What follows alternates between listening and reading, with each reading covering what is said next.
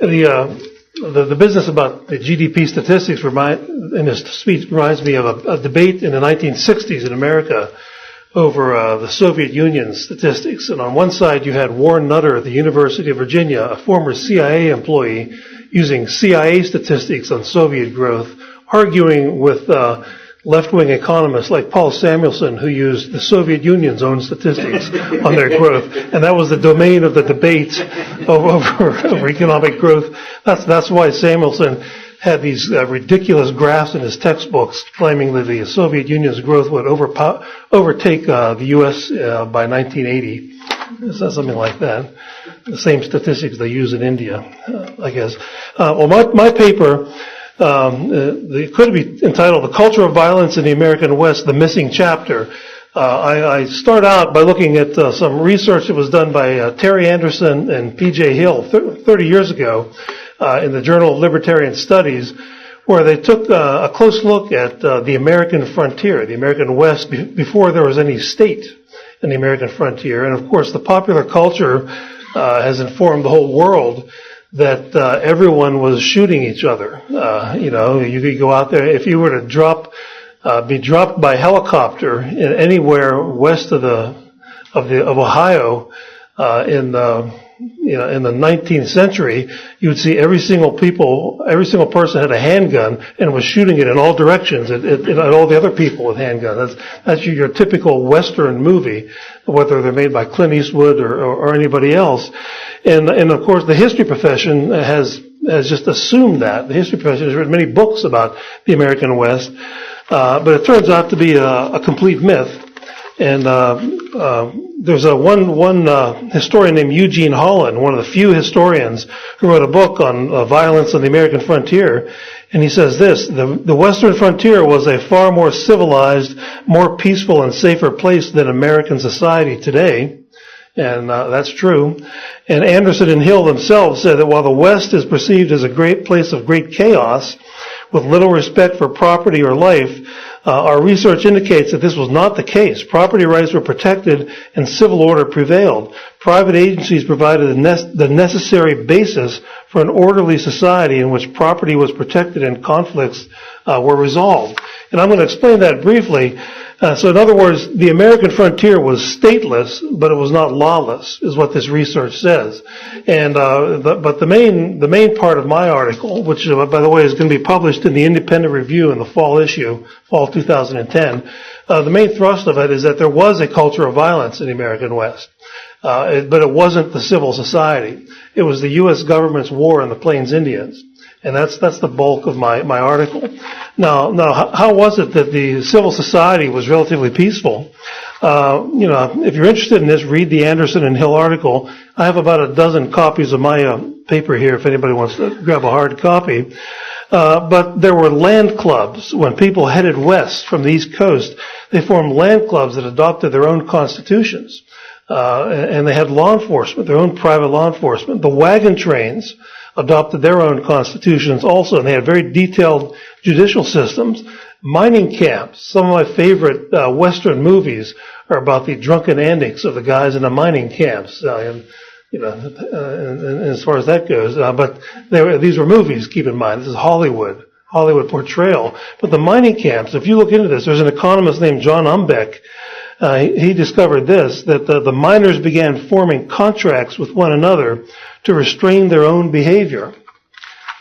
He said, as long as a miner abided by the rules, the other miners would defend his rights under community contract. If he did not abide by the agreed upon rules, his claim would be considered to be open to any claim jumpers. So they policed themselves, and they did a pretty good job of it. That's why Anderson and Hill concluded that it was a relatively peaceful place. When government bureaucrats failed to police cattle rustling, cattlemen's associations did it themselves. They hired guys who were very good riflemen, for example. And just the mere fact that you had private snipers standing around guarding your herd was enough. They were brandishing their Winchesters was enough to keep the cattle rustling under control. And these people, these sort of vigilantes, if you will, they did not become one big giant monopoly crime syndicate, as some people have claimed would happen under private enforcement of crime. And so the Wild West was not very wild at all. You know, there was violence. You know, all human societies have conflicts and violence, but relatively speaking, it was certainly much more peaceful than your typical American city. Where I live in Baltimore, the number one statistic is that there are over 300 murders a year, and there are also over 300 pit bull attacks on humans every year in the city of Baltimore. So compared to that, the Wild Wild West was nirvana. And so. But the real cause of the violence, and there was a culture of violence. If there's anything to the idea that there was this culture of violence in America that sort of has pervaded American society and affects society today, it was the military culture that created it. I quote Jennifer Roback in an article on this topic about the relationship between whites and Indians in the 19th century. And she said, Europeans generally acknowledged that the Indians retained possessory rights to their lands. More importantly, the English recognized the advantage of being on friendly terms with the Indians. Trade with the Indians, especially the fur trade, was profitable, but war was costly. If you think about it, trade versus war, which way will we both prosper? We being the white European settlers and the Indians. Well, the impression you get from the popular culture is that war is the way to do it, but that's not true. Even Thomas Jefferson himself found that during his time, negotiation had been the predominant means of acquiring land from the Indians. And by the 20th century, about $800 million had been paid for Indian lands. And Terry Anderson and Fred McChesney had an article in the Journal of Law and Economics on this issue about Indian-white relations, and they point out that the existence of a standing army changes the calculus here of whether trade versus raid is the way to acquire property. The existence of it, because essentially it socializes the cost of stealing property from the Indians rather than doing business with them and negotiating with them. For example, when the transcontinental railroads were built, you had James J. Hill, the private entrepreneur who didn't accept government subsidies. He paid for rights of way across Indian lands with livestock, money, whatever they could trade for, whereas the government subsidized railroads would just call in the U.S. Army and have them kill everybody. And take their land. Then they would build the railroad tracks. So it certainly does make a difference. Anderson and McChesney quote Adam Smith on this point about a standing army. And Adam Smith said, quote, in a militia, the character of the laborer, artificer, or tradesman predominates over that of the soldier. But in a standing army, that of the soldier predominates over every other character. And then Anderson and McChesney go on to say, a standing army creates a class of professional soldiers whose personal welfare increases with warfare, even if fighting is a negative-sum act for the population as a whole. But they do not address the question, Anderson and McChesney, of why there was a standing army in the American West all of a sudden. And I addressed this in my paper. And the reason there was a standing army all of a sudden in the years right after the so-called Civil War was that the U.S. government was big into subsidizing the building of the transcontinental railroads, and they wanted the standing army out there to essentially once and for all take all the land from the Indians and essentially exterminate the Plains Indians. It was all about the railroads. 3 months after the Civil War ended, I'm in polite company here, so I won't call it the war to prevent Southern independence like I always do. Most people call it the Civil War. 3 months after it was over, Sherman was put in charge of the military district of Missouri. Think about that. What did the Lincoln regime do? They turned the sovereign states into military districts. The whole country Virginia was military district number 1, I think. The land of Thomas Jefferson. But anyway, he was in charge of all the land west of the Mississippi, and given the job of exterminating the Indians and making way for the railroads. Here's what Sherman himself said in his memoirs. He said, as soon as the war ended, he said, quote, my thoughts and feelings at once reverted to the construction of the Great Pacific Railway. I put myself in communication with the parties engaged in the work visiting them in person, and assured them that I would afford them all possible assistance and encouragements. We are not going to let a few thieving, ragged Indians check and stop the progress of the railroads. That's pretty explicit. Murray Rothbard wrote about this. Even during the war, he wrote how the chief engineer of the Transcontinental Railroad was a man named Grenville Dodge, who Murray wrote, he, quote, helped swing the Iowa delegation to Lincoln at the 1860 Republican National Convention. And in return for that, early in the Civil War, I'm still quoting Murray Rothbard, Lincoln appointed Dodge to Army General. Dodge's task was to clear the Indians from the designated path of the country's first heavily subsidized, federally chartered transcontinental railroad, the Union Pacific. In this way, conscripted Union troops and hapless taxpayers were coerced into socializing the cost of constructing and operating the Union Pacific, end quote. And that just continued after the war for 25 years. This policy. After the war was over, Grenville Dodge proposed making slaves of the Plains Indians and forcing them to, in his words, do the grading on the railroad beds, with the Army furnishing a guard to make the Indians work and to keep them from running away, end quote. So in other words, Union Army veterans were to be the new overseers of this new class of slaves. But the U.S. government decided they would not make slaves of the Indians; they would kill them instead.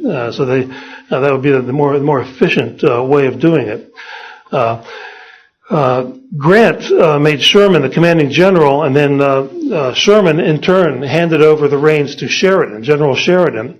And one of Sherman's biographers, Michael Fellman, calls Grant, Sherman, and Sheridan the great triumvirate of the Union Civil War effort, who he says, quote, formulated and enacted military Indian policy until reaching by the 1880s what Sherman sometimes referred to as, in Sherman's words, the final solution to the Indian problem.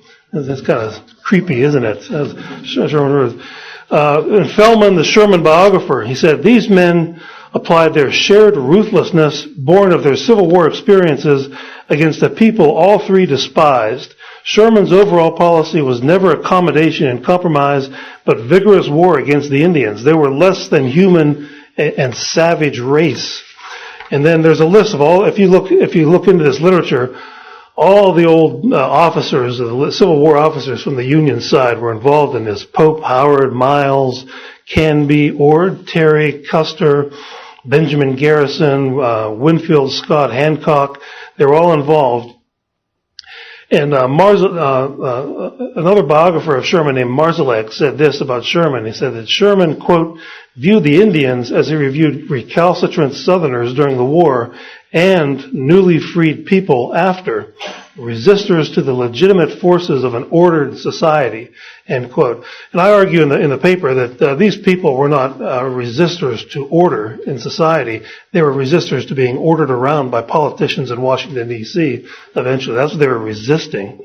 And if you look into the literature on the Indian Wars, and I quote a lot of it, some of the most widely cited or famous books about it in my paper, it's really sickening. When Bob Higgs accepted this paper for publication, he says, it turns my stomach, but I'll publish it anyway, when I was just reading about what happened with the Indian Wars. And to give you an idea of what happened, I'll read you maybe a few more lovely comments by General Sherman here first.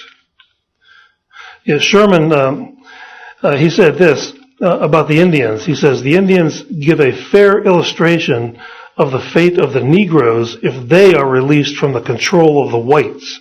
That was Sherman. So the Indians, like the ex-slaves, had to be controlled by the whites or they'll run wild somehow.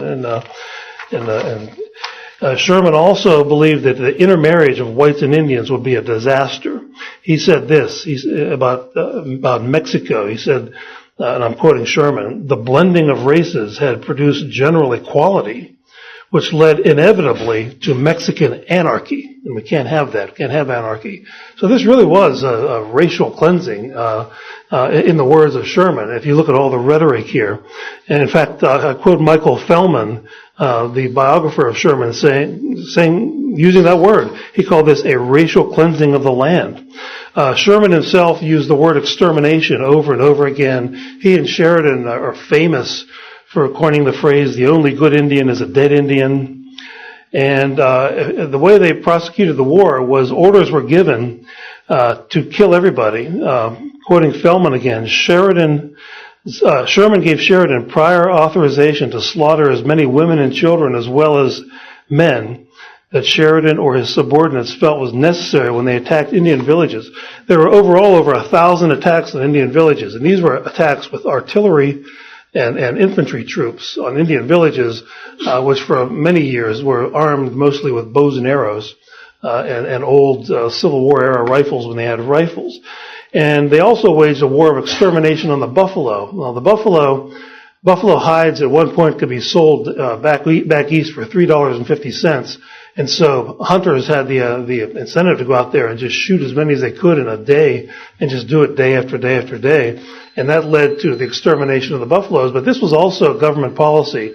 They consciously wanted to kill off all the buffaloes because the buffaloes were a main source of food, shelter, clothing. The Indians even made fish hooks out of the bones and bowstrings out of the sinews of buffalo. They used every part of the buffalo. It was their lifeblood. And one of the first incidents in this campaign of extermination, as General Sherman called it over and over again, was called the Sand Creek Massacre that happened in eastern Colorado on a creek named Sand Creek. And there was a large group of Cheyenne and Arapaho Indians on a village there. And the U.S. government, the U.S. military had told them, if you fly the U.S. flag over your teepees, we will know you were friendly and we will leave you alone. So they knew who they were. They were friendly Indians. And they had sort of made a treaty. You leave us alone, we'll leave you alone. And so these were among the top Indians in the Plains Indians who wanted to maintain peaceful relations. They wanted to live their life, shoot their buffalo, and be Indians. But there was another Civil War luminary, as he is called, a Colonel John Chivington, who had other plans. He wanted fame and glory for himself, apparently. So he gave orders to his men, to 700 soldiers. He said this, quote, I want you to kill and scalp all of them, big and little. Nits make lice. And so one of the books that I cite here is by an author named Marshall, who was the chief historian of the European theater of the World War II, who wrote 30 books on American military history. So this guy is quite the expert on American military history. And about Chivington's raid on this Arapaho village, he said his troops, quote, began a full day given over to bloodlust, orgiastic mutilation, rapine, and destruction, with Chivington looking on and approving.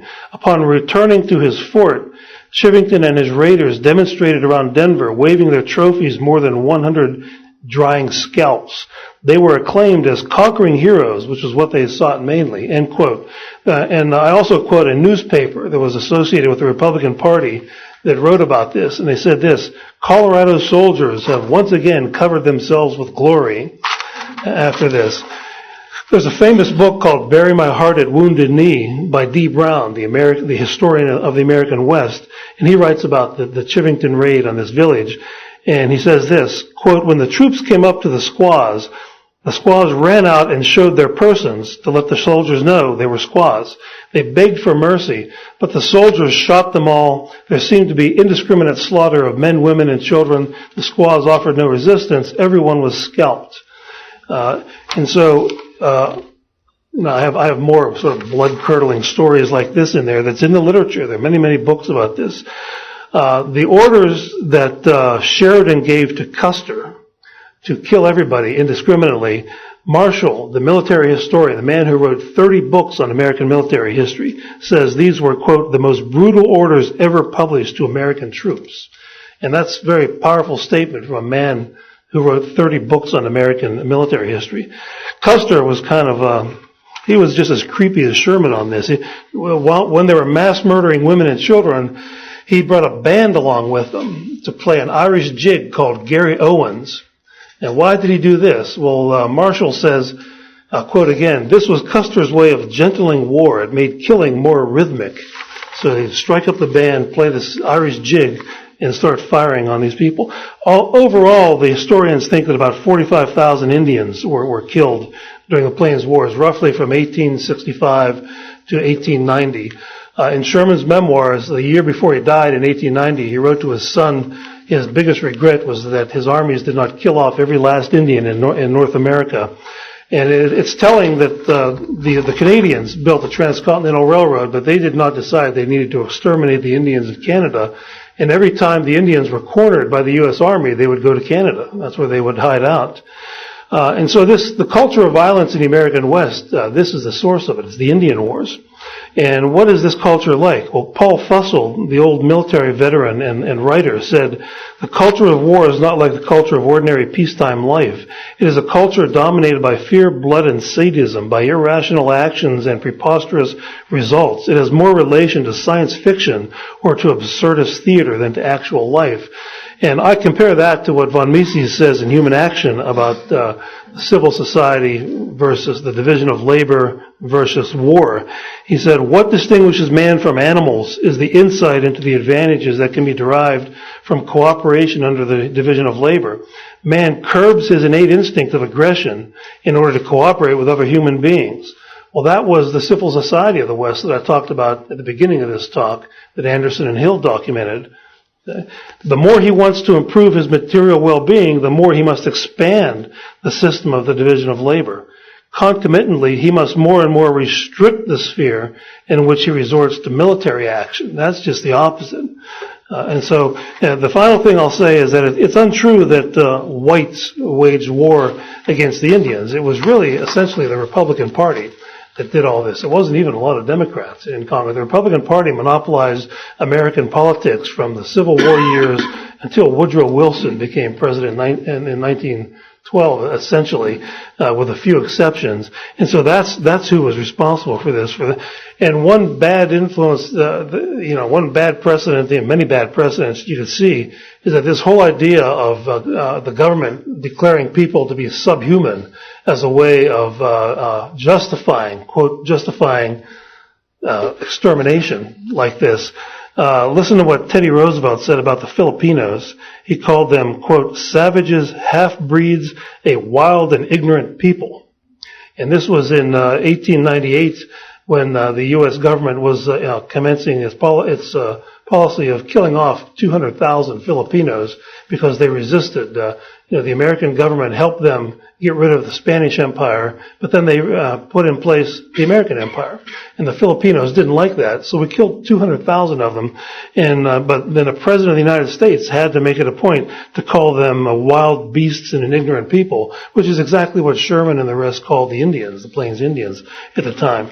But, when I lived in Chattanooga, Tennessee, I lived near a place called Ross's Landing. John Ross was a white man who was the head of the Cherokee Nation at a time down there. And then the Cherokees were very civilized people.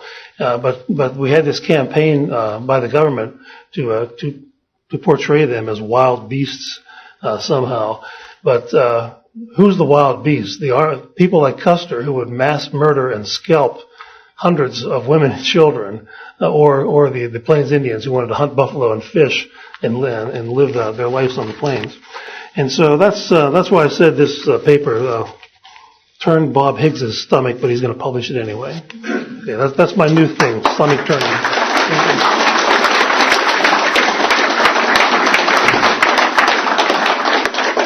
Thank you, Tom, for turning our stomachs right before lunch. It's almost lunchtime. We do have a few minutes for questions for Tom. We'll see if we can get some new faces.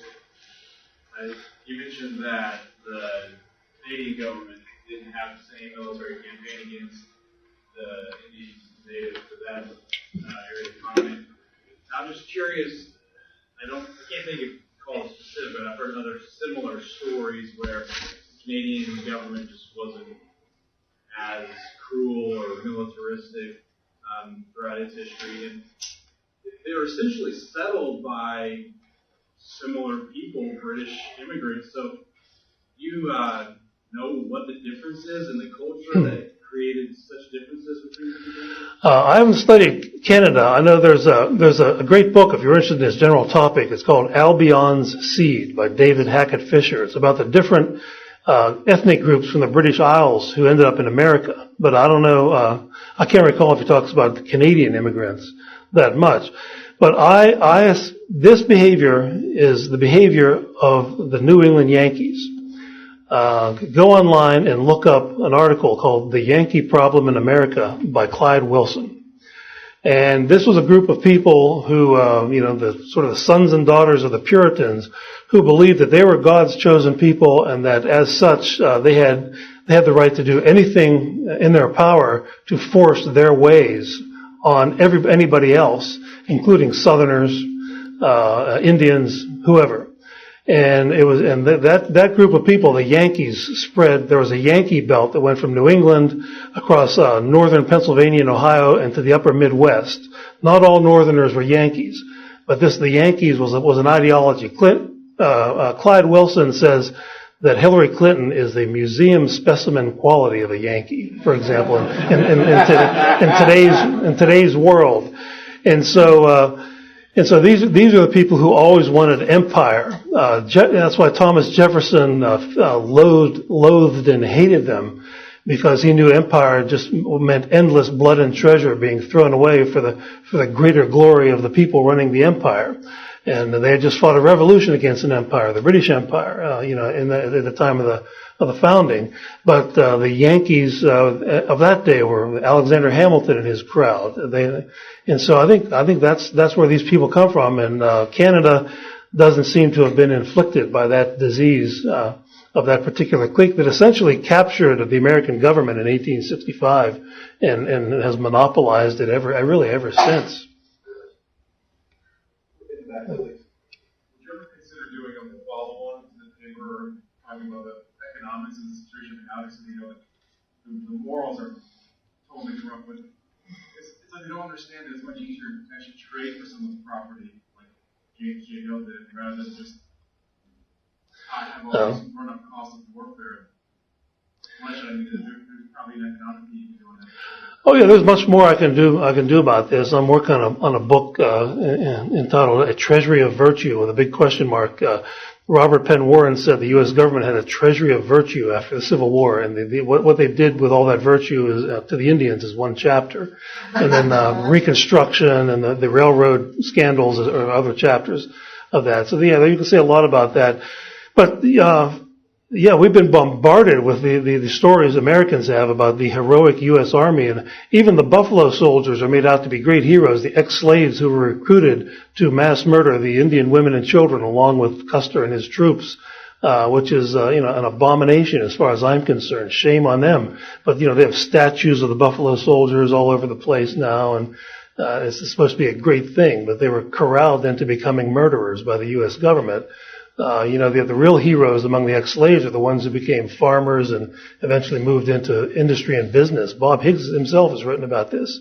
The real heroes are not the Buffalo Soldiers. But I agree with that. But there is literature. There's literature. The article by Jenny Roback that I quoted is all about that. The article by McChesney and Anderson in the Journal of Law and Economics is a very good article about trade or raid and the economics of peaceful relations versus war, and they also address various things that will tip the calculus from trade to raid, but much more can be done. I agree about that. Bill?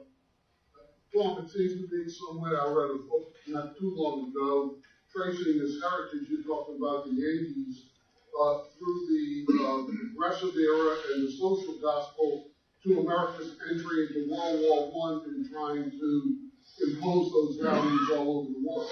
Yeah, one of Murray Rothbard's articles talks about that on the progressives, of how a lot of them were pietists, and they believed that they wanted to create some sort of kingdom of God on earth, starting with America. But then when you get to the World War I era, they thought, well, wouldn't it be good if we could also create a kingdom of God on earth everywhere? And that's what Woodrow Wilson thought he was up to, apparently. But yeah, I see it as the same crowd. There's a book called The Metaphysical Club that it talks about many of the progressives of that era and their link to Lincoln and the Yankees and the philosophy behind the centralizers, like Abraham Lincoln. Many of them were literally in Lincoln's army by the time you get to the late 19th century. They become intellectuals. We have time for just one more. to find someone who hasn't asked a question yet. Yes, is it perhaps not significant that Canada only got its independence from Britain in 1869? Well, yeah, that certainly makes it different. But these Indian wars went on until around 1890. There were still a few small skirmishes past 1890, and James J. Hill didn't build his railroad till the 1870s. And I'm not sure the exact date of the Canadian Transcontinental, but it was around the same era as far as that goes. And of course, Queen Victoria would not have tolerated this sort of behavior, I don't think. And maybe that's one reason for why they had Queen Victoria. We had the sons of Abraham Lincoln ruling our empire. And so that certainly made a difference. Well, thanks to all three of our presenters.